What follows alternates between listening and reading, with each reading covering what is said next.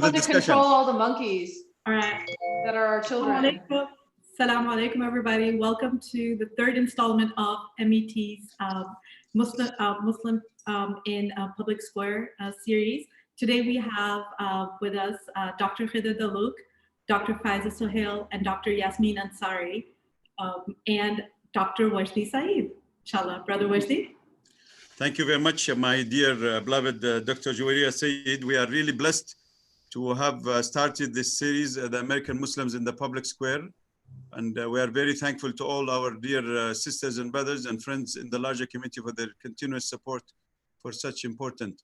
Today, we are bringing one of the best community members, the doctors in the front line. We have a dear, like a daughter, Dr. Fayza Sohail, a young lady that I've known since she was, in early teens, my dream for her was to become a lawyer, but she became a doctor, And then we have another unique sister and a great role model, Dr. Yasmin Ansari. Fayza Sohail is with the Kaiser Permanente, and Yasmin and Dr. Khidir Dalouk are with the VA hospital. Both are internal medicine cardiologists, and Fayza is emergency doctor, I believe. Family medicine. Family medicine. Family medicine. I'm internal medicine, geriatrics, Brother Wajdi, not cardiologist. That's Dr. cardiology, internal medicine. Cardiologist. Yeah. And Khidir is a cardiologist. And may Allah bless you and reward you. Yeah, you are an active member of our community. With your busy schedule, you still heal and unify our community and also what you do. So, Juwairiya, go ahead, please. Well, thank you, as Brother Wajdi said, thank you so much for joining us and taking time from your such busy schedules. And, these days with all of this pandemic going on, you are our, at the front lines, and we greatly appreciate all of the sacrifices that you are making for the betterment of our society and keeping us all healthy. Jazakumullah khair. Thank you. May Allah subhanahu wa ta'ala give you, grant you all a lot of ajr, especially working during this blessed month of Ramadan, not being able to eat or drink, and then seeing your patients and keeping them healthy and trying to save as many lives. Jazakallah khair. Thank you. This series is very unique because we are spotlighting all the American Muslims in our public square. And the first question for all three of our dear panelists is that, how did you get to where you got to today? And this is going to be an inspiration. I would like Dr. Ansari to start, please, inshallah.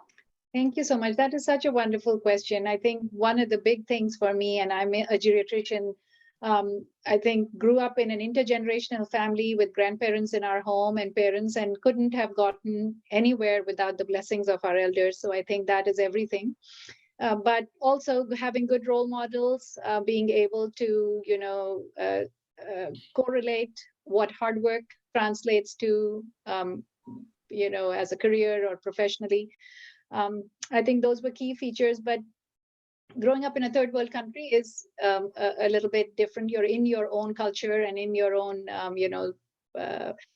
communities. So there are different challenges, I suppose, for my children than me in those terms.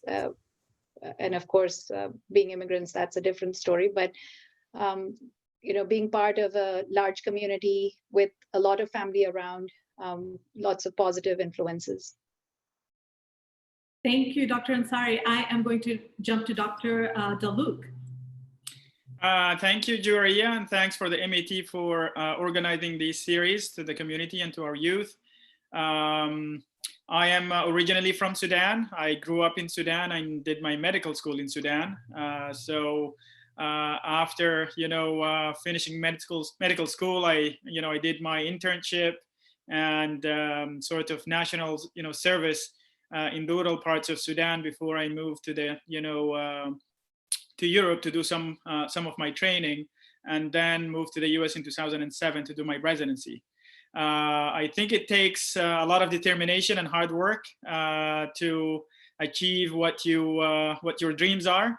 I think I knew since I was in school that I would want to be a physician and a doctor.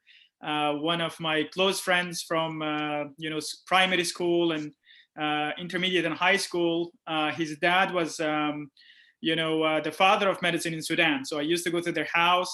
I used to watch people knocking in their door to ask for his advice, and he would have his stethoscope and sphygmomanometer at home, and it's like an open clinic. People can walk in, and I really admired how he helped people, and I think it takes as well the prayers of family, as Dr. Ansari has said, and the blessings of family and just hard work coming together.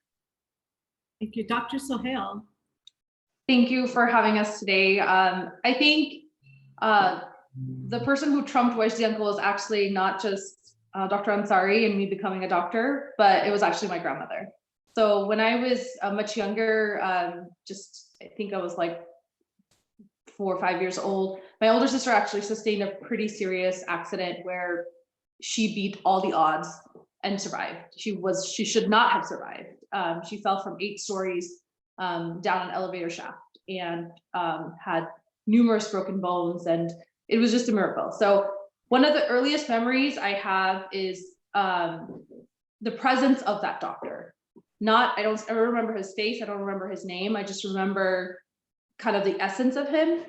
And then as time went on, my grandmother, my maternal grandmother, who was the only grandparent I actually was able to meet, she sat me down and she said, I've gone through all my grandchildren and I know this is a calling and you're the only one who has the characteristics. So she understood that this was a calling. It wasn't something that could be lightly decided upon. It was a lifetime worth of sacrifice and dedication.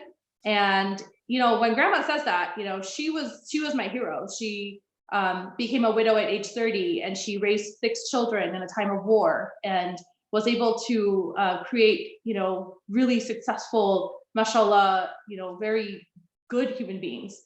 And so that's somebody you listen to when they tell you, this is what you need to be. And I think that there is barakah that gets put in there when you listen to your elders, because I loved it.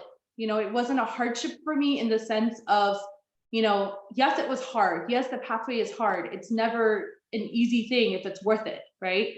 But it is the most fulfilling thing I could have done. Even if I have a very, very hard day, I never want to give up the field because I love it. And I think that's why I became a doctor. And even though I tried out law, the politics, Wajdi uncle took me to like lots of different places to try to become a senator, and met senators, and alhamdulillah, I got all these opportunities. At the end of the day, my heart was set on medicine. And so even with all the hardship that came with it, and there was a lot, it was the path for me, alhamdulillah. It is said in the Quran, with every hardship, there is ease. So, inshallah, alhamdulillah, look where you are today, mashallah. And I'm sure your grandmother is very proud of you, and I hope she is there with you going throughout all your achievements, inshallah. Yeah. Otherwise, this question is for the 3 of you. Before we go into what we intend, to do, can you tell us a little bit about yourself? Where you grew up, Yasmin, and who was the main influence in your family and your teachers, and a little bit more about yourself, and what's your aspiration, as a human being and as a doctor and as a Muslim, as well. I'm from India originally, a city in India called Hyderabad. I grew up in Hyderabad, did all of my schooling in a school called Hyderabad Public School. It was the first year that they allowed girls to be part of that school, and that's the batch that I'm from. And got married. My husband is a PhD physician here. So I moved to the US after my wedding. My growing up was in a small town, Hyderabad. I went to medical school in Hyderabad, and grew up around some very loving, amazing people who carried with them very much the legacy of the Nizam's rule. So there was a lot of influence of tradition and culture involved in everything we saw while growing up. The importance that education was given, I didn't realize this until I left that community of what that meant. That little city, alhamdulillah, had such learned people, such educated, mentors, that,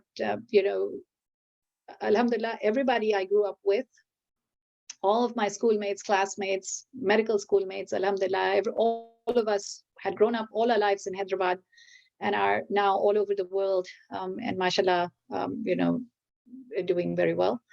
So I think it was very much the community setting that we grew up in. And like I mentioned earlier, family.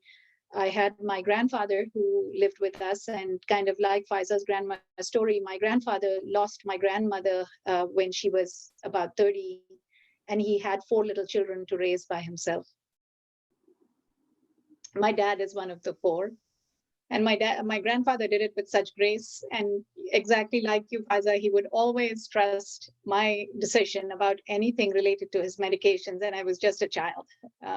So that trust and that aspiration for me, I had to fulfill.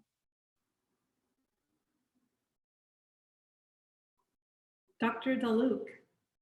I think I already mentioned that I am from Sudan, and I did my schooling, throughout university and afterwards in Sudan. The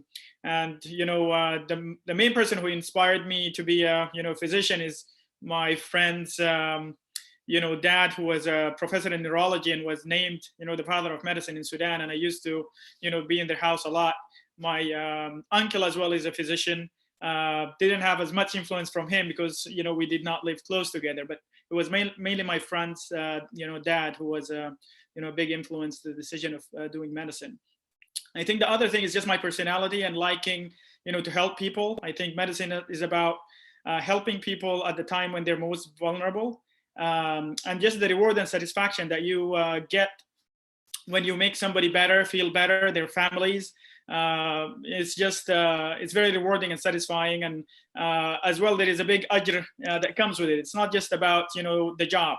I think what drove me as well is that there is a lot of ajr behind what we do in medicine, and there is no pay that can make up for for the ajr that comes with it. Dr. Sohail. And ajr means reward, huh? Yeah. Dr. Sohail.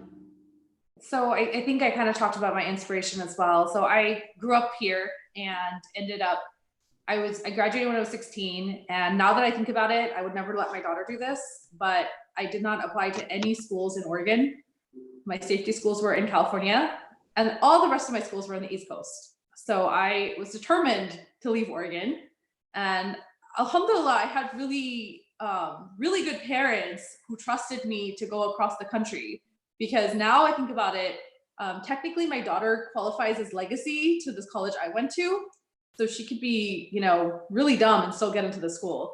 But alhamdulillah, she's not. But I don't think I would be able to let go of her at 16 like my parents did for me. But I ended up spending basically from undergrad all the way through residency in the East Coast. And by then I was ready to come back. I had enough of my fill. It was a huge culture shock, but I made amazing friends. I had amazing interactions with the different Islamic societies. I think it was eye-opening to me what things could happen. My residency was in DC, so I was in the heart of DC at Howard University Hospital, and I think every point of my life there, I see the purpose of why I was there at that time, because it definitely fed into my growth as a physician, as a human, as a Muslim. And so, so the journey was kind of crazy, but coming back, I have brought, back my experience and what I've learned from it. So alhamdulillah. What's your background, Fayza, just for the public to know you? So I'm family medicine, full spectrum. So I see cradle to grave for all ages, and I also take care of obstetric patients. Ethnic background. Oh, my ethnic background. This is always a question people ask me. So my family's from Bangladesh. I love this. I don't have a Bangladeshi face, that's why. So the question is today, we grew up in a multiracial background, Yasmin and Khidir, and Fayza as well growing up here, What does it mean for you, Khidir, growing up in Sudan? When people think about Sudan, they think only it's a very homogenic society. Sudan is a multicultural. What does it mean growing up, Khidir, and your friends, and your engagement with others, what does it mean to you? Well, I think it is what made me. I grew up in Sudan. As you said, it's there are different ethnicities in Sudan, different languages. There are about 200 different local languages that are spoken in Sudan, but the main language is Arabic. Religions. Muslim is the major, Islam is the main religion, but there is Christianity. There is very few Jews, in Sudan. There are non-believers who, in the south of Sudan, when, the south was part of, the one country. I think, the different things that makes me is the tradition, the religion, the strong family, sense that, everyone brings you up, including your neighbors, including your, friends in school, their parents, the whole community actually joins to raise people up. It's just a sense of very strong solidarity. I think this is what made me as a person today. Yasmin, growing up in Hyderabad, India, you grew up with the multiracial, multi-ethnic, multi-religious, Hyderabad today. Absolutely. Or is not as of yesterday. How can you see this reality, and how can we bring that beautiful of the history of Hyderabad? That is such a good question. We grew up in such a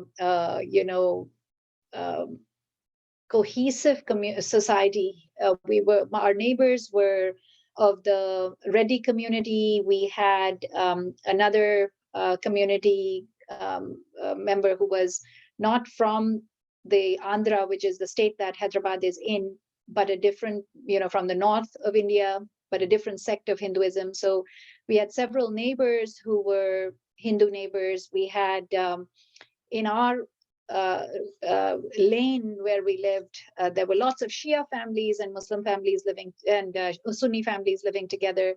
I had a very good Sikh friend who was down the road, and we celebrated all our festivals together. Diwali was just as much fun for us as it was for my Hindu friends, and they enjoyed Eid just as much with us as we did. They got Eidi with all of us. They looked forward to biryani on Eid, and just to have such good recollections of this very non-communal. Nobody,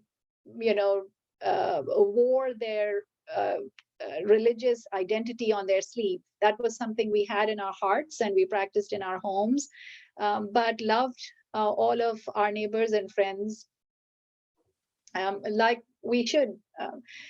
So you're right, the new new India, new Hyderabad is very different in that aspect.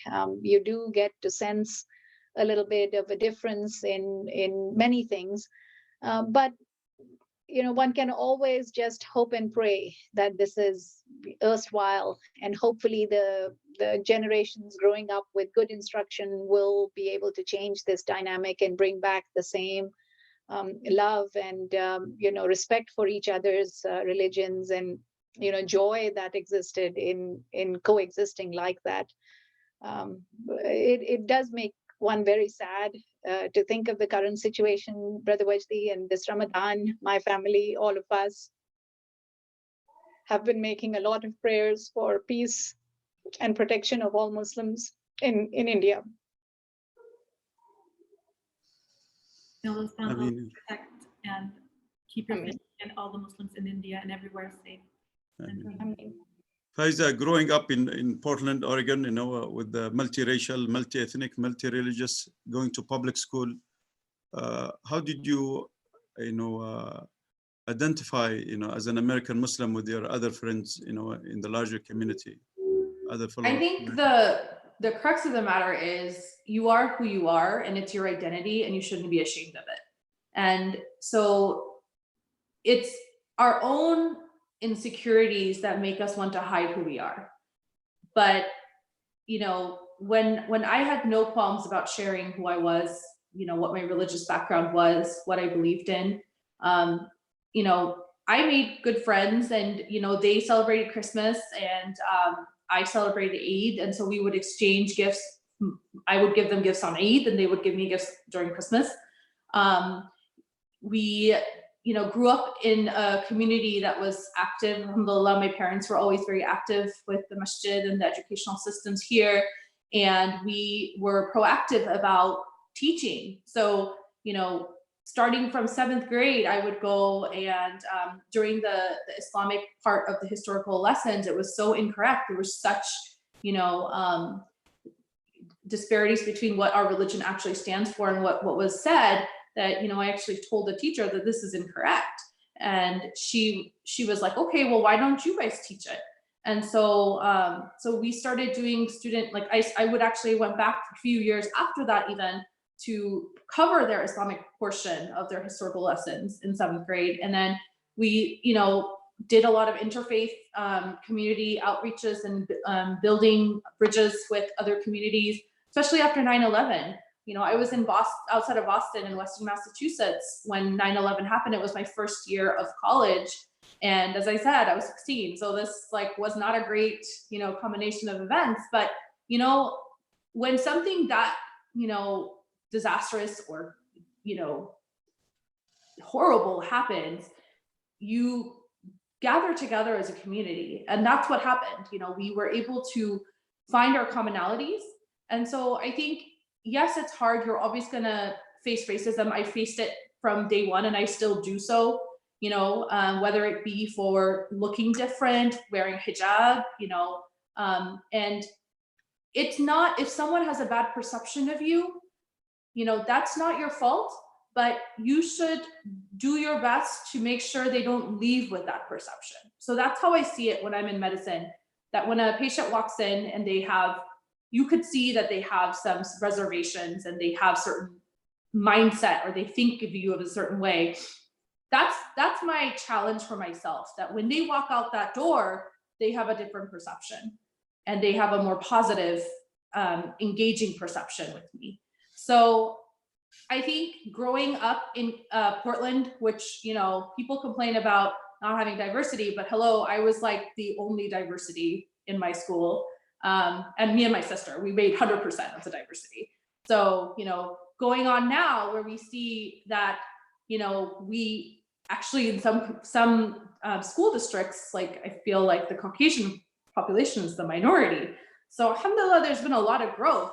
And with that, there comes other challenges. But we need to take these challenges and realize how we can learn from them. Because at the end of the day, once you get past that skin layer, we all have the same organ system. We have the same hormones. We have everything similar. It's just, very, very superficial level of difference. If you don't mind, Juwaria, I have just one more question, No, go ahead, Brother Warsi. Yeah. Khidir Go ahead, Yasmin. Yeah. Go ahead, Dr. Yasmin. Khidir hasn't answered that question. I did. I think the only thing I just wanted to add is that I grew up in, all my teaching was in a private school, which was a Christian school. And I did not, or any of my colleagues, know the difference in terms of different religions. We grew up as one, whether you're a Christian or a Jew or a Muslim, it did not make a big difference to us. Our religion is something for our own. It did not, discriminate who we are. We played together, we grew up together. And I hope that the world can be like that, instead of looking at our diversity and differences as something that divide us. I think it's something that can bring us together and bring more flavor, to the table, if you will. Brother Warsi? Yeah.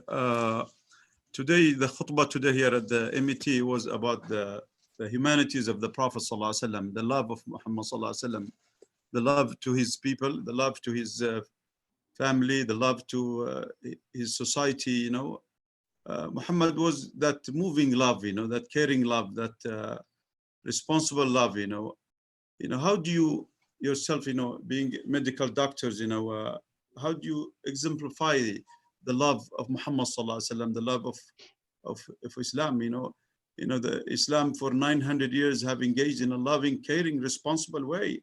When history was misnamed the Dark Ages, it was a series of light in Asia, you know, all the way to China, to Southeast Asia, to the, you know, Bangladesh, you know, India, Pakistan, Central Asia, West Asia, Africa, the southern part of Europe. How do you exemplify that love in your daily struggle, you know, as doctors, you know, striving for the best, you know, to represent, you know, your profession, to represent the beauty of Islam in the public square? That is such a beautiful question, Brother Wajdi. All of your questions have been so wonderful, and Javeria's too. For me, that, you know, this is at this time, the question you asked is such a appropriate one for me. And Khidir and I work at the Portland VA Medical Center. My medical center is going through a outbreak of COVID right now. I am the chief of employee health at the Portland VA, so I'm leading the efforts to help our employees who are exposed to several patients who are COVID positive and are now concerned for their own health. And nothing is more important than our Prophet's message at a time like this, where you have to not think of yourself, but only who you're here to serve. And I can see the wisdom in you know, Allah Ta'ala's purpose of putting me where he did and why I'm there, which is to serve a really hardworking group of people who are putting their life at risk and coming to work every day. So, you know, I'm so blessed and tend to not forget that every minute while serving them, that our Prophet didn't ever hesitate to, you know, help anybody who crossed his path, whether they were sick or not. And Alhamdulillah,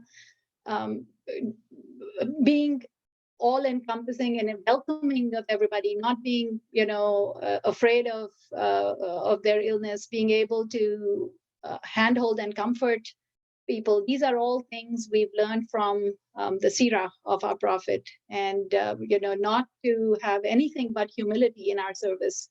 The fact that we have a patient means that this was our purpose, to serve them. We are the Zariya for them. So always keeping that in mind. All of these are principles that our beloved Prophet Sallallahu Alaihi Wasallam taught us. Very many times the teachings that you described today, that this course of the Seerah that was going on, we've attended those at MET several times. Those cross my mind in many scenarios that are ongoing, particularly in this crisis. So many times you have to set aside your own needs, risk your own, you know, self, to be present for that situation and in that moment. And it would not have been possible humanly without what we've learned from our Prophet. So it is his teachings which are enabling us to, you know, practice in the manner that we do. We have audience, you know, from overseas, from Yemen and from Cairo. Some of my cousins are listening. So can you say, define what is the VA for those that oh, yes, inquire? sure. You know? This is the medical system in the United States that serves those who have served in the military. So everybody who has ever served in the military gets to, you know, avail medical services at the Veterans Administration healthcare system. So it is a very, you know, wonderful way that the United States government takes care of anybody who has ever served in the military. That is what that system is. Khidir or Fayza?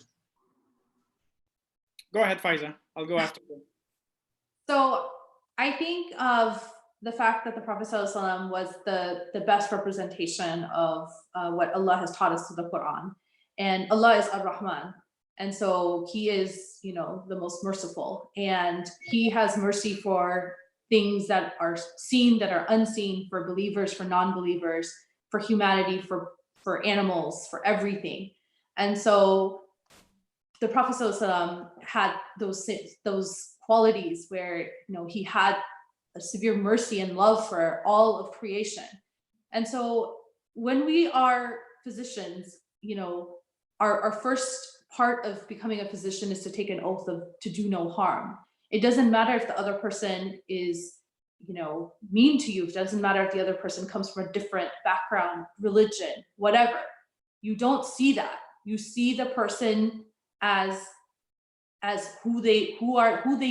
what they need from you. So what services they need from you, how you can help them.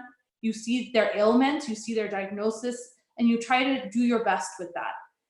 As a family medicine physician, I see families, I see generations, and I am less a doctor sometimes, and I'm more a part of the family. And I love that. So I've had a generation of somebody who started with me as pediatrics, and then she became pregnant, and I have been with her for her obstetric course and now taking care of the baby. And so you develop a bond with these families and with these people that you take care of. And so it's no longer just, you know, a doctor-patient relationship.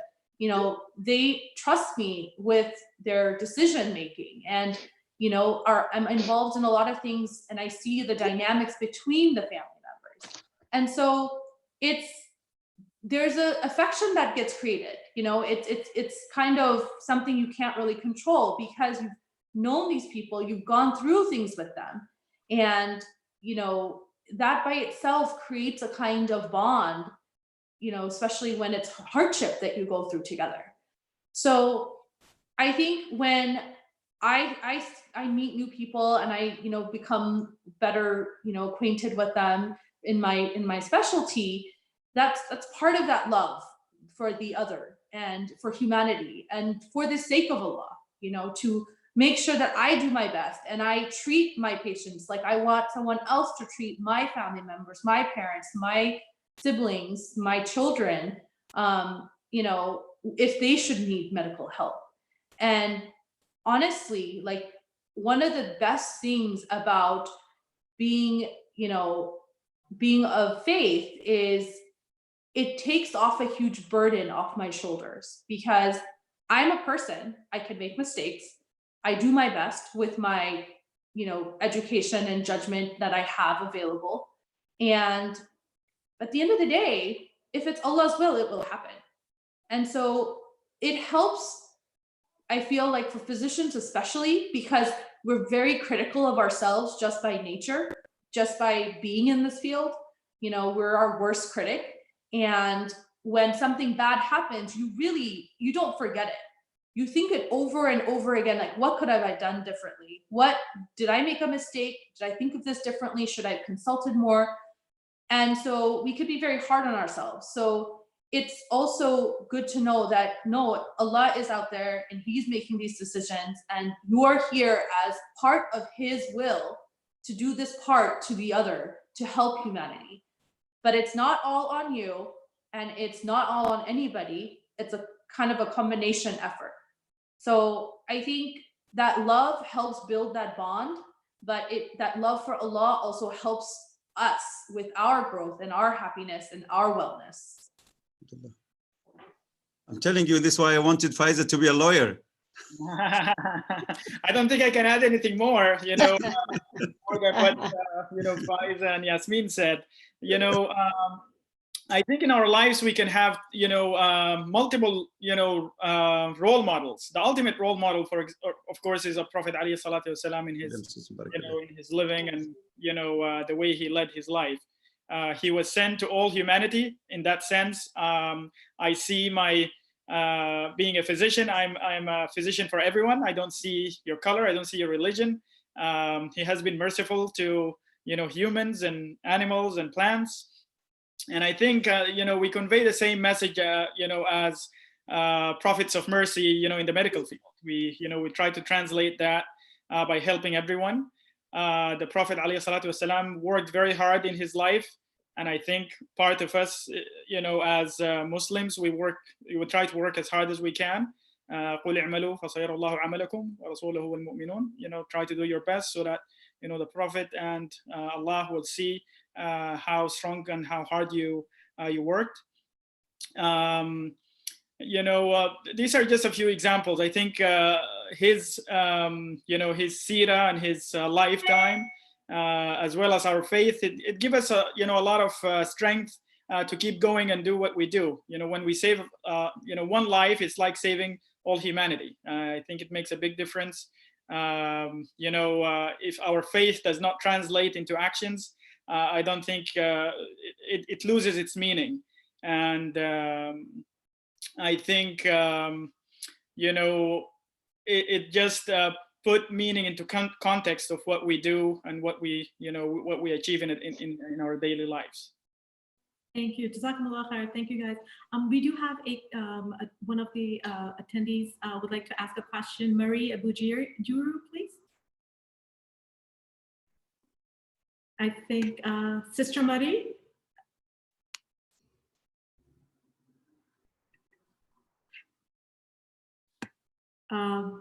Yes. Sister Marie, your hand was up. So if you have a question for the dear panelists of ours. I don't have a question yet. I was just very inspired and proud of you all. Yeah. Very inspired and very proud, and how you are a good example for our immigrants, especially immigrants and the refugees who are growing up here, to see the potential they have, and just don't give up no matter what. Thank you, Sister Marie. So I actually do have a follow-up question, and it's in your profession, especially when you, Dr. Khidir and Dr. Yasmin, when you immigrated to the United States and you started out in your field, and Dr. Fayza, yourself as well, being the way, especially Dr. Ansari and Dr. Sohail, Dr. Yasmin and Dr. Fayza, sometimes, Muslims can be very easily be either distinguished because of our outward appearance, and sometimes we are not able to. What type of discrimination, if any, did you face? Or was it, alhamdulillah, a very smooth, easy sailing? And I'm sure there is none, because I know your fields, and it's very competitive. But if you'd like to share any of your any part of your struggles that you were, and that helped you get here as well while you immigrated and were trying to go through. Maybe I'll start with Fayza, because what didn't I experience is the better question. So, as I mentioned, I grew up here. So at first it was because of the color of my skin, and then it was because of wearing hijab. So I started wearing hijab in the last day of 8th grade. So a rumor immediately went out that I was being smuggled back to Bangladesh to get married. And so that part one of that tradition was to put a hijab on my head. I had people who tried to pull off my hijab while I was walking in the hallways in high school. And so my retaliation was to make a race forum that was mandatory for all students to attend, per their social studies grade. And so, going through, I've had physical kind of attacks, I've had verbal attacks, I've had, passive aggressive. When I was interviewing for residencies and medical school, I was told, just go to the interview without your hijab, because you're never going to get in with a hijab on. And so my point was to be a Muslim doctor. I could not forgo my faith to achieve a worldly gain. And so, and Allah is the one who determines our nasib and it's his will. So it was part of my learning, and that was part of my understanding that I will go through these things for better learning. And subhanAllah, I ended up, as I mentioned, at Howard University Hospital, where there's one white person. Yes. And I was mistaken for another hijabi doctor because there was multiple hijabi doctors. And I apparently resembled one who had graduated, and they thought I was a senior doctor for my entire 3 years. It was interesting.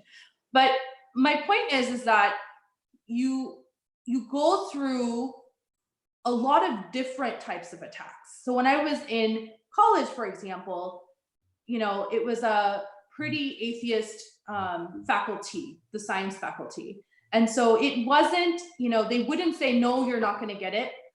For me to work 150% more, I would just be average. So that's kind of the way I've worked. And what that has resulted in is that it's made me much more efficient, and I can get more things done because I never expect the help. I never expect that someone's going to be like, let me do this for you. And so having learned that, now I am very passionate about helping those who are trying to get into medicine, especially women, especially, people from diverse backgrounds, Muslim women. So I really enjoy teaching, and I enjoy having them, learn from me. And if there's anything I could impart, any help that I could give them, I always look forward to it, because, if nobody helps you, Allah will help you, but there's so many hurdles for a woman of color who wears hijab, that any help is going to be appreciated. And so just kind of in general, that's an ask. So, yeah. Dr. Khidir, what were your, Dr. Khidir and Dr. Yasmin, yours would be slightly a little bit different, because you would have to not just only face because of your religion, but also the fact that you had come from another country. And how was that? I'll let Khidir go. Yes. Sure, thank you. To me, moving to to the US, I'm not sure whether I felt a lot of discrimination or racism. I think racism is present in every community, even in our own countries. There is some degree of racism and some degree of discrimination in one way or another. But I have to say that I think looking to me, nobody might know that I'm a Muslim, because I don't wear hijab. But I think maybe I have an accent. Some people say that I had an Irish accent because I did some of my training in Ireland. Others, for example, might comment, where are you from? They try to put me in a box, but I don't think I can fit on one box. I might look black, but I'm a Muslim, I'm an Arab. I'm different things. So I think putting people in one box sometimes doesn't work. I think, how to, react if somebody, is to treat you in a different way. I think it's part of it is ignorance of that other person to try to treat you that way. And maybe part of it is our mistake. I think a lot of people don't know Muslims that well. I think if I am to, recommend the community centers to do something, is to allow people to know us more. People need to know who we are. We're similar to, Christians or Jews or non-believers or Hindus or whatever belief you have. I think we're the same, make. We have the same hopes. We have the same dreams. We want to work hard. We want to, be happy. We want to be healthy. I think we are the same, and we just need people to know us more as Muslims. As Muslims, I think we don't necessarily need to shout out that we are Muslims. There is a saying, "Kunu du'atan ila Allahi bighayri alsinatikum." You can call upon yourselves and on your faith and religion by your act and what you do. What you do is actually what reflects, you know, your faith and your upbringing and your traditions and all the above. Thank you. Dr. Yasmin. Alhamdulillah, you know, I don't think I have specific examples or you know, things that I can share of that kind, but when you do experience something discriminatory, you know, it does make you reflect and introspect and see how you can make it easy for the other person to accept you. I think a lot of it is realizing that, you know, it's very difficult to overcome differences and still be one. And so how can I make it easy for the other person? That is always something that crosses my mind. I can't say that I've ever felt anything very overtly or very strongly, but maybe, you know, some undercurrents, some subliminal messages of that nature always makes you think, you know, it's hard probably to understand my accent. It's a different way of speaking than what people who are, you know, having those reactions are probably experiencing, and this is their way of coping. So I think, you know, some of it is that our tolerance towards it is probably the most important thing. Not to be reactionary, not to become egoistic about it, not to become angry, but to reflect and introspect and see how we can make it better by our own actions. And by that I don't mean, you know, be oppressed or, you know, be a passive observer or you know, suffer at the hands of someone. I don't mean that, but I think a lot of it is trying to bring in a rationale to it that makes it acceptable to you without making you bitter, but gives you the ability to grow, develop, you know, build character by those experiences. And we all have some of those. I mean, I'm like Khidir said, it exists everywhere. It's in every community. And so my message to my children always is, you know, think about what might be something you might have done that might have offended somebody or brought out a reaction of a nature that they felt they wanted to be different from you. You know, what would make it, what can you do to bridge that gap? What can you do to make those differences seem less, because the niceness or the lovable characteristics seem more? Having said that, I think I have many insufferable characteristics, and so I give a lot of credit to everybody who's so tolerant towards me, but I think a reaction of tolerance is what we need to have. Thank you. Brother Wesley, do you have a question, or can I ask my question? Okay, go ahead. How do you, in your opinion, what's the most impactful way in which Muslim Americans can give back to their communities? Would you like me to go first? Yes, Dr. Yasmin. All right, sure. No, I think that is the way we need to go. We need to serve our communities, be present to the needs of our communities. I live in an area called Tualatin. It's a very large area with beautiful churches. Church communities here are very strong and wonderful. And alhamdulillah, so far I have not found one of them not welcoming when I've shown up with my kids to be a volunteer. There are no questions asked. You're welcome to volunteer. You come, you feel the love of the community. So just very happy to have had that experience of being able to go out and serve with our Christian neighbors. Every event that MET holds that is an interfaith event or a volunteering service that we've had an opportunity to be a part of has felt so fulfilling because of the response of all the members attending it. Everybody shows you the love, and they sense the love from everybody else being there in that multicultural volunteering community, particularly our Saturday night potlucks at MET. And so, being involved, serving our communities by volunteering, being present in times of need for other communities. We saw some really amazing volunteerism by many communities to, some disasters that occurred, natural disasters, but also when Muslim communities suffered discrimination, how others came forward to do things, and that was so impressive.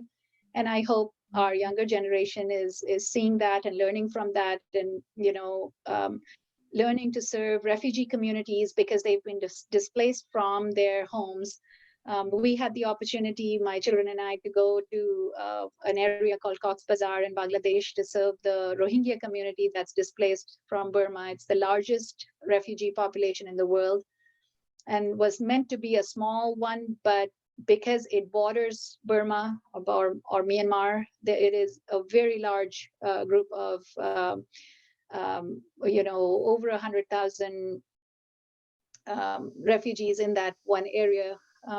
We were able to go out there and serve, and was so impressed to see there were Japanese, non-Muslim service members there, and Australian, and just every community was doing such an amazing job for humanity. And that's what we need to do in our everyday lives, whether it's serving at the food bank or, I have to give a shout out to Cool Islam, Fayza and Raqib for doing such an amazing job. Our children get to participate in a lot of the events and just benefit so much from it. We've done cooking at churches with y'all, serving the homeless food with the group, and those are all just it just crystallizes or distills it into the examples of what we need to be doing right now. That is what we need to do when we have the opportunity. When we could be choosing a recreational activity, we could be going skiing or, to the beach or various other things, but they're choosing to do that. And that says a lot. Thank you. Dr. Khidir. I think the main way, is to engage in the community, and in different community centers like the MET, and to have an open mind to join in different things that the community does, like the food boxes in, at the time of the COVID. It's not just for Muslims, but it's for everyone who needs it. Yeah. To join, for example, in the school, I tried in MAT to come up and help with anatomy classes at times, not as much as I want to, but, my schedule just, limits me at times. But I think the main thing is to engage with the community as much as we can as Muslims. Thank you. Dr. Fayza? So I would agree with the other two and say to invest in our youth. So they're our future. And so, right now our youth are at risk. I see pediatric patients and I see the struggles that they go through, and it's serious. And if we don't pay attention to it, we will end up losing our youth. And so there's a lot of distractions. There's a lot of labels. There's a lot of identities that are roaming around, and our youth may not have that stability or that knowledge to determine what comprises of who they are. And so it's not about making that determination for them, but allowing them to explore in a safe manner and to be able to give them the tools that they need to develop themselves. And so, yes, alhamdulillah, my husband runs Cool Islam with the help of many amazing people. And that's been great because it's an avenue for Muslim youth to engage in a very safe and halal manner, and learn about their skill set. And it doesn't have to be something that's necessarily, religious, quote unquote. I think everything could be religious if it's meant with good intention. So, but in terms of where we need to focus, I think the youth, and then also our elderly population. So we are having a slowly climbing age in our general population, and we're not really doing enough to take care of them for the future. And so seeing, in my family right now, my parents are extremely big part of my day-to-day life. They take care of my children, and the relationship I see that's developed between my children and my parents, it's amazing. My parents let them get away with everything, and they would never let us get away with anything. But no, alhamdulillah. there's a love there that, you know, as parents, we sometimes don't have the time or energy or patience, frankly, to give to our children. So we love them, we'll take care of them, we'll make sure they survive, but they need a lot more nourishment than that. And so to actively find ways to engage our youth, to empower them, to allow them to really explore while they're still living in your household. You don't want your youth to first start experimenting when they go into college. That's disastrous. I've seen that side too. So, you know, I think going forward, that's where we need to put our priority, and creating avenues, not just, you know, one sector, but multi-sector, for arts, for, you know, sciences, for everything that may interest them, so that they can see what is the skill sets they have, built upon it, find where their interests lie, but all in a very safe setting. Thank you. These are some very good recommendations and suggestions. Question about what do you think as a role of Muslim women in our communities within our masajid should be and is, that you have noticed within the Portland area? Dr. Yasmin, would you like to start? I'll clarify the question. Are you saying what should it be? That would be the better question. I'll answer that. Yeah. So I think what we need to do as you know, all humans, but also as Muslim women and professional women, is to really encourage all other professional women to really be there and empower other women. I can't stress enough what that is for a professional woman, to have the love and support of other professional women. Of course, Muslim professional women would be the most important, but everybody else too. So like Fayza said, there is no time that is too early to mentor. At any point in time, if you get the opportunity that you can share a little bit of good advice, or give a little bit of encouragement, or a kind word, or a kudos to somebody who is another professional woman who you know that what their struggles are, take that opportunity and do that, because that is so meaningful and you don't know what that will mean for their careers. So I think that would be my message for our communities, is to really support working women, to support all women. Everybody is doing something important, that is not to undermine somebody who's not working, but somebody who is tied to, is responsible in a different way. They have a certain commitment they have to keep up. And so it takes a community effort with the support of other women to really help that person, feel fulfilled in everything, including their profession. So that would be my message for how we should be. What role do you see Muslim women playing in masajid or in our Muslim communities? I'll let Fayza and Khidir answer that. Okay, I wanted to get your opinion on that too, but I'll circle back. Fayza.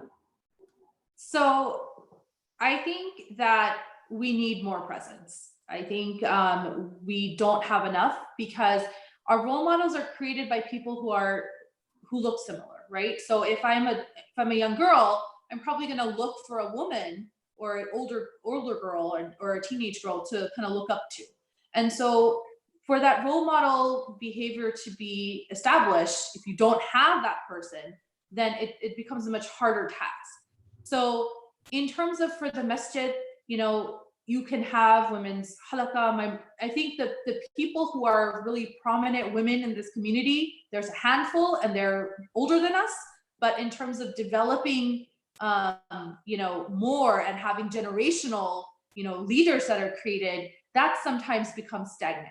And so, we worked on doing, youth leadership, and now that, there's Daughters of Eve, and there's other organizations that are trying to empower the young women of the community. But at the end of the day, that you need to specifically have curriculums where women can, become trained to be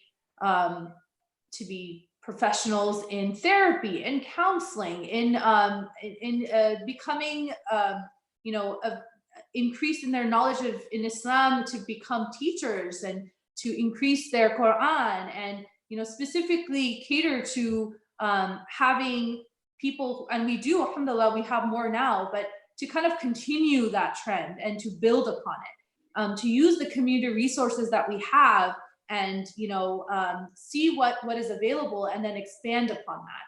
And so I think there's a lot of room. I've been in communities before where the Muslim women in the masjid basically ran the masjid. The men were kind of on the sidelines, like they gave their khutbah, they led the prayers, but you could tell that the heart of the masjid was in the hands of the women. And I think it helps create a love of the masjid. It creates a type of feeling and that you sometimes miss. Sometimes we become so entrailed in all the rules and regulations, and you can do this until this time, and no kids, and you can't run, and you can't scream, that we lose the essence. And I think that women bring the essence to a scenario. We have a heart, not to say that men don't. There's going to be a comment, but alhamdulillah, we do have an added benefit in that. And so I think to know that, as a working professional, yes, it takes balance, it takes support from your spouse, from your family, but I think we need to invest in that. And so that way, when our daughters are growing up, they can, they can strive to be like the Muslim scholar who's a woman. They can strive to be any profession, basketball athlete, professor, whatever it be, in whatever field. And it will start with them going to the masjid, seeing the presence of strong women, seeing women leading things, not necessarily, prayer, of course, but like halaqah or, other things that the masjid could be engaged in. We've done women's empowerment, leadership kind of workshops and stuff like that, and they've been very well received. And so I think there's a community ask for these things as well. Also, I'd like to add that also it will normalize our young boys and our men in our community to see women taking this leadership role and be part of the decision making as well. Absolutely. So it will actually, yes. Dr. Khidir. Well, I can't agree more, with my colleagues. I think the role of women, is very evident. They are more than half of the community. They are our, sisters, mothers, co-workers. I think I would love to see them more engaged in, the programs for youth, in different communities. I think they spend more time with our boys and girls and youth. I think they know them, more. They know what they love. They are, I think they should spearhead the different programs, at least for youth, because they spend a lot of time, with our, youngsters. As well in our outreach programs, I think it's a good thing if, females are more engaged to be part of the outreach programs between community centers, Muslim community centers, and outside, organizations. I think it will help engage us better in the community and share our values outside our just communities. Thank you. I'm going to ask you the same question. Huh? I'm going to ask you the same question. Yeah. What do you see role of Muslim women in the communities and our masajid? This is to Khidir or to who? This is to who? To you. To me? Maybe next week, we have another session for leadership. Inshallah. We have a session with the leadership, and maybe we can ask that question, Okay. Khidir, we have a few comments, especially for you. Okay. I got a text message from an African American sister. Big shout to an African brother. That's Khidir, you. That's me. Yeah. So with the growth of the Muslim community and the multiracial and multi-ethnic communities, just here at the Muslim Education Trust, we have almost 45 ethnic groups, 72 languages. How do you bridge, the gap between this multi-ethnic, multiracial? Racism is there, the sister says, Yeah. How you know, the growth of the Muslim community is a blessing, but it's also a challenge. There is a lot of disruption. There is a lot of chaos. There is a lot of unorchestrated, you know, planning. The sister is asking for you. She's an African American. You know, how, as a man, you know, of African descent, you know, how do you integrate by design, what we call integration by design, to bridge the gap between those that have and those that don't, and the beauty of our colors, you know? That's a very good question. I'm not sure I will have the full answer, but I can tell you that I think Yasmin and Fayza can help too, you know? Yeah, of course they can jump in. I think we can come together if we respect each other. You know, we have to respect each other. We have to understand each other. We all have shortcomings, and you know, we have to understand our shortcomings. We have to understand our strength as well. You know, I think getting to know each other would be the best way to solve problems. You know, communication is a big part of solving any problems in communities, in work, you know, at work, in every, you know, setting. I think communication is a big part. Communication, talking to each other, understanding each other, and respecting each other. I think when we have differences and when we have different opinions, we should not take it personal. We should not personalize conflict. We should, you know, hear and listen to the other. You know, sometimes listening to the other is half the answer. She's saying that, you know, today, you know, a follow-up, you know, today in our local reality, some of our masajid and some of our Islamic centers doesn't have representation of the majority of people that attend the masjid.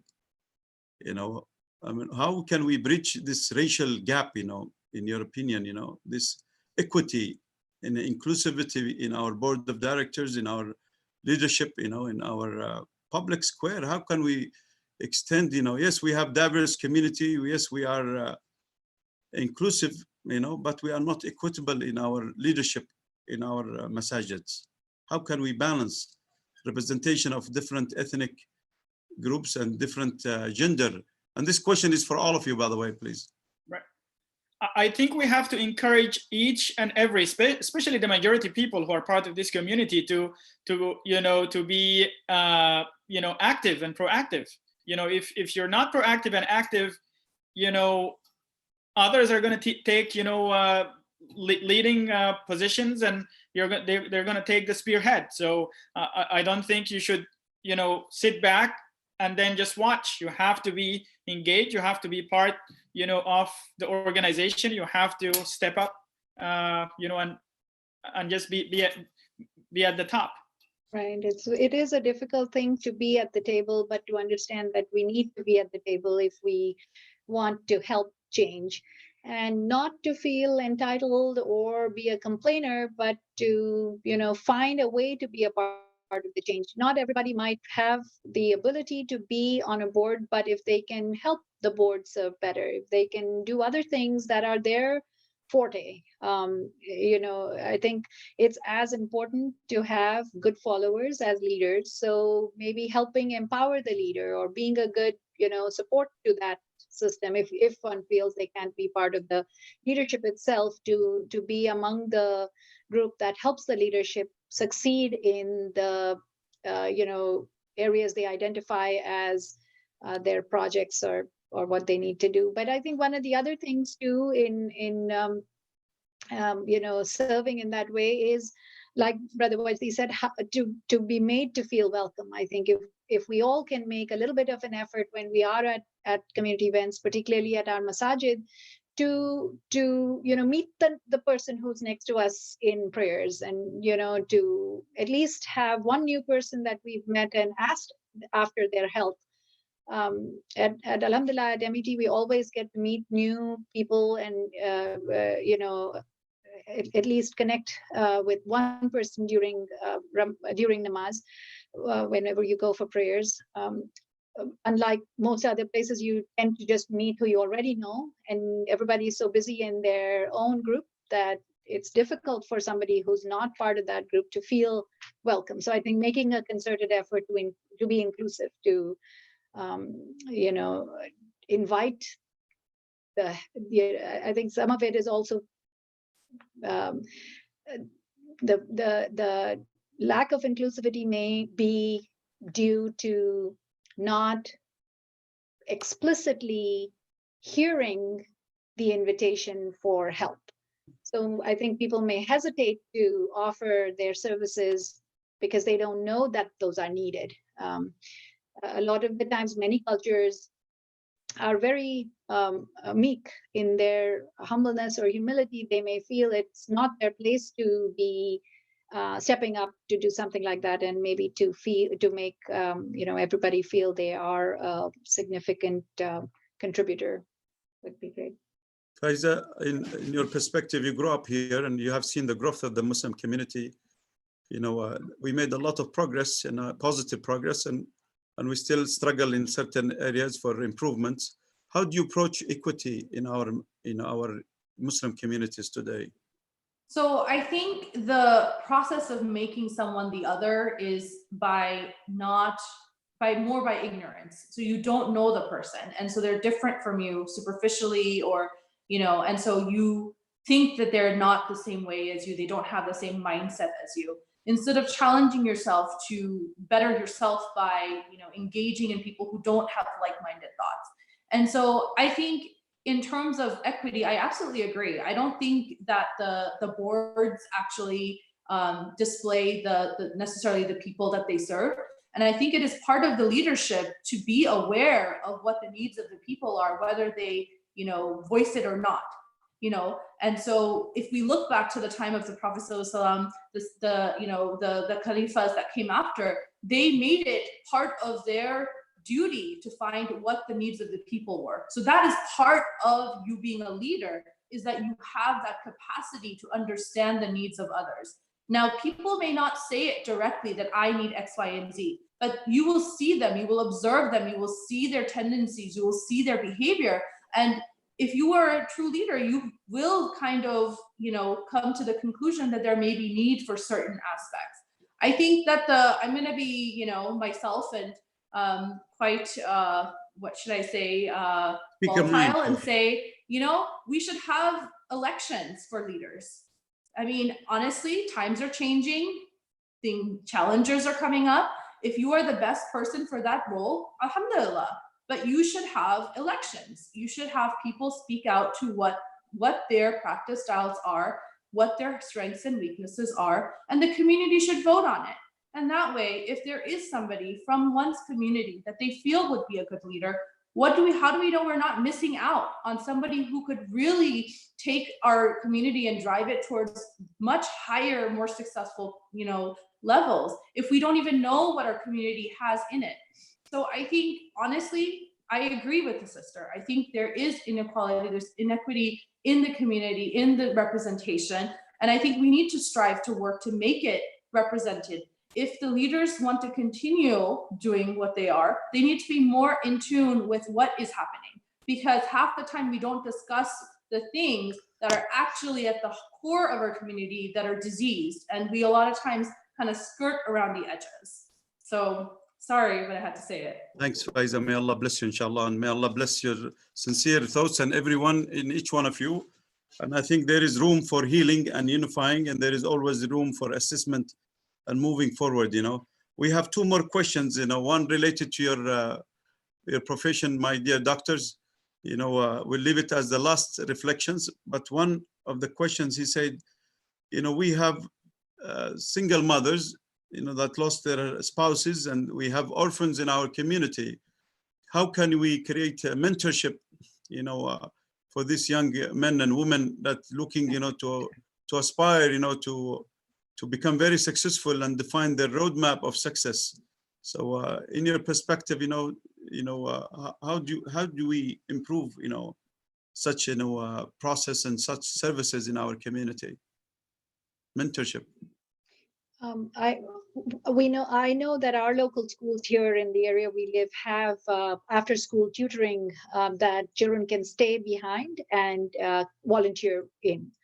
And a lot of those groups serve, exactly the population you just described, which doesn't have much help at home for homework, and they get those services at school, including our high school. They're doing an amazing job of that, and I'm very grateful that the children have the opportunity to volunteer in that, in whichever area is their strength, to be able to help with that. It would be great to have more forums, and there are some excellent ones, particularly refugee forums here in Portland, which are doing really good work in offering services of mentorship for refugee youth. It's a challenge to find them. It generally is by word of mouth that you hear about them, and that's how you get connected, and that's great if you have that luck. But if you didn't, then you may not find that resource. So I think maybe having a little bit more outreach or more however it needs to be messaged, that these organizations are in need of good volunteers. They are in need of mentors for this specific vulnerable population. That would be great to know of those organizations that are out there. So I think that once again brings it back to Brother Wajdi's comment about inclusivity. The more we welcome others to come and do that mentorship, the more we're going to gain benefit from it. A lot of the times, despite having wonderful organizations, we're still wanting to be very protective and very private about them. I think that is something we need to overcome. Dr. Khidir, how we can organize an orchestrated effort to mentor, those that are, left behind, I think we should have special programs, and maybe those special programs should be led by, for example, a single mother or a single parent, or people who know what exactly the needs of this population is. I think we need to have special programs to address that. And if somebody who is part of this group would understand their needs better and what needs to be done. I think part of what Yasmin has said about welcoming everyone and welcoming single parents, whether they're mothers or fathers, and orphans to the community, I think is going to be a key thing for our community. So I agree, and I think definitely there needs to be a community support built into it, because it's not easy being a single parent by any means and trying to achieve something. You are working, typically you're also taking classes, and then you're also trying to parent, and so it's extremely hard. So having some sort of maybe even community, everything from you have certain times where you can get childcare for maybe a very, very affordable, if not free kind of price, or you have a directory of all the professionals in the community that the person can sign up to be a mentee of, and they can direct you through kind of whatever your career path may be. Allowing these women and men and children that right to thrive and to improve upon themselves with the help of the community. So whatever programs, whatever support, and as the two colleagues mentioned before, really understanding what we have available in the community and using those resources. So if you, as Dr. Khidir said, like somebody who's a single mom will understand those aspects much better than someone who isn't, and really empowering those people who have succeeded to then kind of create a leadership program for those who are trying to. For those that joined us a few minutes ago, we are having American Muslims in the public square, Muslims in the front line, Muslim doctors at the VA hospital and Kaiser Permanente. We have Dr. Fayza Sohail, we have Dr. Khidir Dalouk, and Dr. Yasmin Ansari. One of the questions that been addressed here, do you have any fear of this COVID-19 in your practices every day? Absolutely, it is. How do you bust that fear? It is very real. It is a very real a fear. It is a very vicious illness. It has a very, vicious spread among people. So to be really careful, follow the guidelines of social distancing to the maximal extent, be really safe, follow the teachings of our Prophet Muhammad sallallahu alaihi wasallam to, wash your hands frequently, do all of the things that we are taught in wudu, and, being really careful. We've seen firsthand how terrible this illness is and how it can affect different people in different ways. It may be very mild in somebody, but very devastating for another. And even though we have identified high-risk populations, it means nothing. Anybody can be vulnerable and have, a bad outcome from it. And it's one of those viruses that is leaving behind lasting sequelae. So to be really, mindful of that and not forget precautions. In the role that I'm playing currently at my facility, I always give kudos to those groups of people who are having to be by the bedside, having to be, serving firsthand and doing a great job of protecting themselves, where despite repeated testing, we continue to do surveillance and make sure they're not, infected. And it's very impressive that they are able to maintain that level of discipline, to have the ability to bear the strict precautions that it is bearing, because it's tough to have to do that. And so that is an impressive thing, and all of us should be mindful of that. I would say it would be foolish not to be fearful. It is an unprecedented and very unique time. Fayza. I would say hope for the best and prepare for the worst. So, when you're engaging with face-to-face contact, like, make sure you have protected yourself. As physicians, we're seeing people, as Dr. Yasmin said, some will have symptoms, some will not. I was the dirty doc, where I saw only respiratory patients who are COVID rule-outs just on Wednesday. And, alhamdulillah, our organization is rotating this around. So your risk is not a continuous risk, but it's kind of distributed. But you have to make sure that you take all precautions, because that's what our teachings are, right? So from the Quran and stuff, Allah didn't say just have blind faith and just, forget the boat that's supposed to save you, and just, Allah's not going to necessarily come down and pick you up from the water. You have to take that boat. And so similarly, this is a time like no other, I agree that you have to have that fear. You have to take those precautions, but you also want to have hope that inshallah we will get through this time, and that there is a purpose for this to happen, and we will learn about it, and we are learning about some positives that come out of it. But I will say that, it is a devastating disease. It is not just physically devastating, it's mentally and emotionally devastating. And so, do I come home and I think, am I going to spread this to my loved ones? Yes. Do I don't hug my kids when I have a shift? Yes. There's a lot of things that go into play when you are a medical professional. And I had to quarantine myself from my family, and I, had to keep my distance from my parents. And there's a lot of things that go in, because you don't want to be the bearer of that to your loved ones, as well as taking care of those who are vulnerable and sick. And so there's always a fear of that. But, at the end of the day, this is our job. This is what we, maybe not COVID-19, but we chose to serve. And so this is kind of how I see it, that, inshallah, Allah will protect me, but I will also take every precaution that I have available to protect myself. Khidir.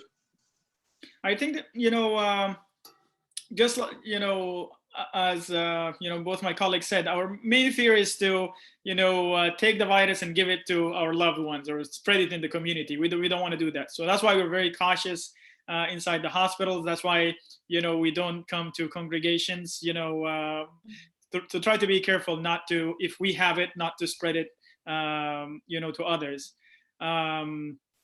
it is real, and I think everyone should maintain social distancing and hand washing, and follow the guidelines that Portland and the entire country puts out, including the CDC and other organizations.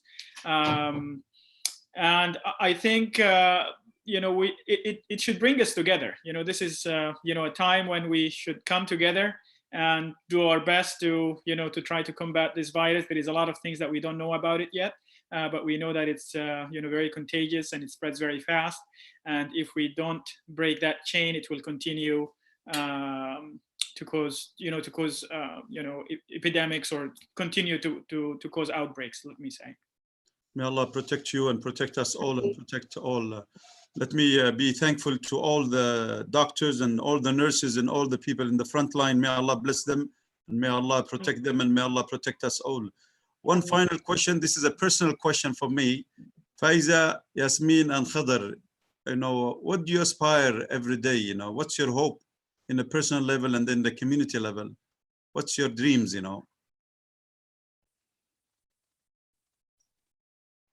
Fayza. So my aspiration is that when I come across somebody, that I leave them in a better state than I found them, and that I have the drive and the strive to stay true to myself and to my religion and to my family, and that I don't withhold the right of anyone, and I am not a barrier to anyone to their wellness. Yasmin. I would agree to be the best you can be, to make somebody else feel, good at the end of their interaction with you. Those are, I think, my simple aspirations. I think, we are minuscule and nothing without the will of Allah. And so the fact that He has placed us in positions where we have the opportunity to serve, that should go across just our areas of work. It should be in every aspect of our lives, is how I look at it. And I hope I'm embodying some of it. I can't say, that, we are without faults or without, like Fayza said, we're very human, and trying to always overcome that and trying to be the best representation of our faith that we can be. That is one of the things I've become most mindful of after turning 40. I think until a very long period of time, you're involved in education and you're thinking of other things, and that you're not so mindful that you're a representation of your faith. And that has become definitely for me what I aspire to every day, whether it is at work or in any other sphere. Khidir. I think I aspire to translate my faith into actions. I would love to, translate that into my daily, living and talking and, work. I would love for what I do to, for people to ask, if I'm doing it right, what is my, they can look back and say, well, this is a good example of a Muslim in the community. I want to be a useful person in the community, a productive person,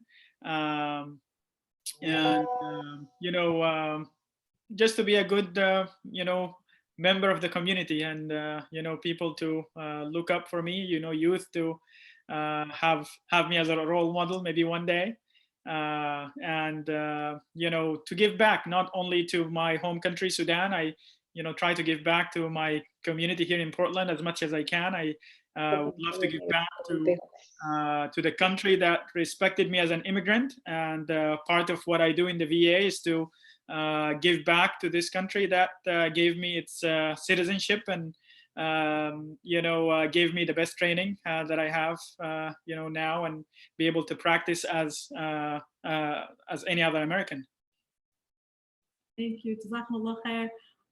everybody we said that it was going to be an hour. It took us an hour and a half, but and I really appreciate your time that you spent. And this is how you're giving back to the community. If all of you guys are talking about giving back to the community, this is one way, because you are inspiring so many young Muslims, not just in Portland, but all across the United States and all across the globe. Because as Brother Wesley said, that these recordings are listened to and watched all over the world, and it just shows what MET is doing. It's in the name, Muslim Educational Trust, and we are aspiring to bring educational material to not just Muslims in the Portland area, but to non-Muslims and public at large. We are running currently a fundraising event where every dollar is being matched up to $150,000, where MET can get up to $300,000. And this is the last 10 days of Ramadan. Please encourage people to donate generously, donate, because without your generous support, these programs will not be able to, we will not be able to sustain them.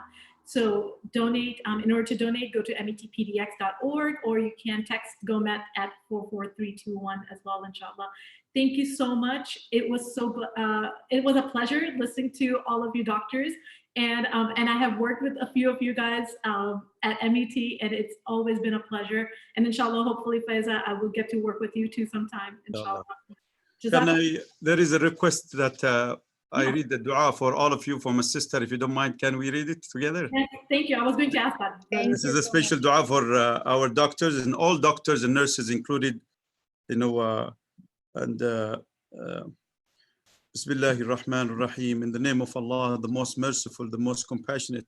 O Allah, the Lord of this sacred earth, the Lord of the light which is in it, the Lord of the body which is resting in it, the Lord of the guardian angels, let it cure all the people that are facing such challenges of COVID-19, and let it cure all the people that have faced diseases of any kind.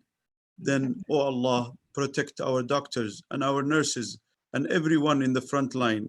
O Allah, in these last days of Ramadan, in these blessed days of the night of power, Laylatul Qadr, let it make it a pure for this earth from all the diseases and all the heart that are aching and all the minds. O Allah, be with us and make us be useful to humanity. O Allah, make us a source of healing and unifying.